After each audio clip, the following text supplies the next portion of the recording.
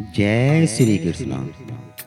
श्रीमद् भागवत गीता के पाठ का फल तभी मिलता है जब तक उसके महात्म को न पढ़ा जाए।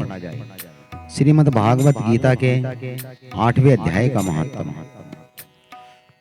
भगवान शिव कहते हैं, हे देवी, अब 8वें अध्याय का महात्म सुनो। उसके सुनने से तुम्हें बड़ी प्रसन्नता होगी। लक्ष्मी जी के पूछने पर भगवान विष्णु ने उन्हें इस प्रकार 8वें अध्याय का बतलाया। दक्षिण दिशा में एक प्रसिद्ध नगर है। वहाँ भाव शर्मा नाम का एक ब्राह्मण रहता था। उसने वेश्या को पत्नी बनाकर रखा था। वह मांस खाता, मदिरा पीता, श्रेष्ठ पुरुषों का धन चुराता, पराई स्त्री से व्यभिचार करता, शिकार खेलने में दिलचस्पी रखता। वह बड़े भयानक स्वभाव का था, मन में बड़े बड़े हौसले रखता। एक दिन मदिरा पीने वालों का समाज जुटा हुआ था। उसमें भाव शर्मा ने पेट भर कर ताड़ ली, उसे खूब गले तक चढ़ा। अतः अत्यंत पीड़ित होकर वह पापात्मा कालवश मर गया और बहुत बड़ा ताड़ का वृक्ष हुआ। उसकी घनी और ठंडी छाया का आश्रय लेकर ब्रह्म राक्षस भाव को प्राप्त हुए कोई पति पत्नी वहां रहते थे। उनके पूर्व जन्म की घटना, एक कुशीबल नामक ब्राह्मण थे जो वेद वेदांत के तत्परों का ज्ञाता, संपूर्ण शास्त्रों के अर्थ और विशेषज्ञ और सदाचारी था।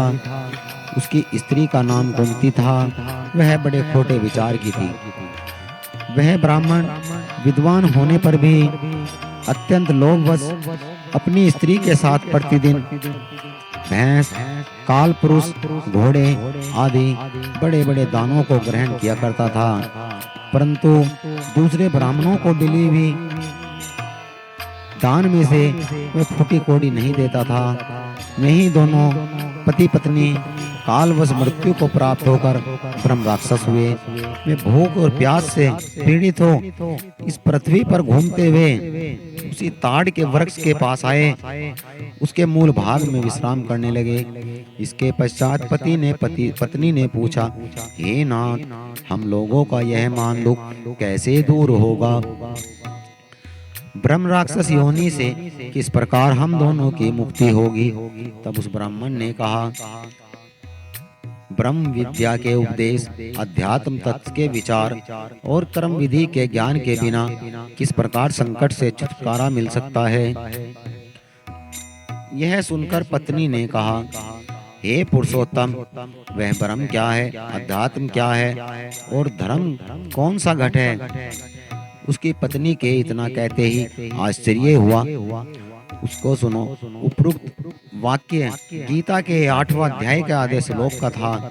उसके स्मरण से वह वृक्ष का पेड़ उस वक्त मानव रूप को प्राप्त कर गया और भाव शर्मा नामक ब्राह्मण हो गया। तत्काल ज्ञान से विसूचित होकर वह पाप के चोले से मुक्त हो गया तथा उस आधे श्लोक के महात्म से में पति पत्नी भी मुक्त हो गए। उनके मुख से देवयात ही 8वें अध्याय का आधा श्लोक निकल पड़ा। उसके पश्चात आकाश से एक दिव्य विमान आया और वे दोनों पति पत्नी उस विमान पर आरूढ़ होकर सर्वलोक को चले गए। वहां का सारा वृतांत अत्यंत आश्चर्यजनक था। उसके बाद बुद्धिमान ब्राह्मण भाव शर्मा ने आदर पूर्वक उस आधे श्लोक को लिखा। देव जनार्दन की आराधना करने की इच्छा से वह मुक्तिदायिनी काशीपुरी में चला गया। वहां उस उदार बुद्धि वाले ब्राह्मण ने भारी तपस्या आरंभ की। उस समय क्षीण सागर से श्री भगवती लक्ष्मी जी ने हाथ जोड़कर देवताओं के भी देवता जगतपति जनार्दन से पूछा, हे नाथ, आप नींद से सहसा क्यों जाग गए? भगवान जी बोले, हे देवी, काशीपुरी में भगीरथी के तट पर बुद्धिमान ब्राह्मण भाव शर्मा मेरे भक्ति रस से पूर्ण होकर अत्यंत कठोर तपस्या कर रहा है। वह अपनी इंद्रियों को बस में करके गीता के 8वें अध्याय के आधे श्लोक का जप करता है। मैं उसकी तपस्या से संतुष्ट हूँ। बहुत देर से उसकी तपस्या के अनुरूप फल का विचार कर रहा है। हे प्रिय, इस समय वह फल देने को मैं उत्कृष्ट हूँ। पार्वती जी ने कहा, हे भगवान, श्री हरि सदा प्रसन्न होने पर भी जिसके लिए चिंतित हट उठे, उस भगवत भाव शर्मा ने कौन सा फल प्राप्त किया है? श्री भगवान जी बोले, हे देवी, दिवश्रेष्ठ भाव शर्मा प्रसन्न हुए। भगवान विष्णु के प्रसाद को पाकर अत्याधिक सुख मोक्ष को प्राप्त हुआ।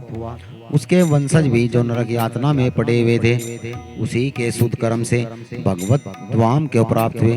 पार्वती, यह 8वें अध्याय का महत्तम थोड़े से में ही बताया गया है। इस पर सदा विचार करते रहने चाहिए।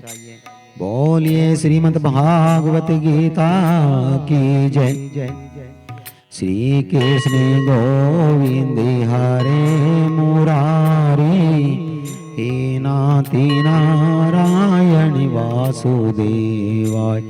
श्री कृष्ण गोविंद हरे मुरारी, हे नाथि नारायण वासुदेवाय।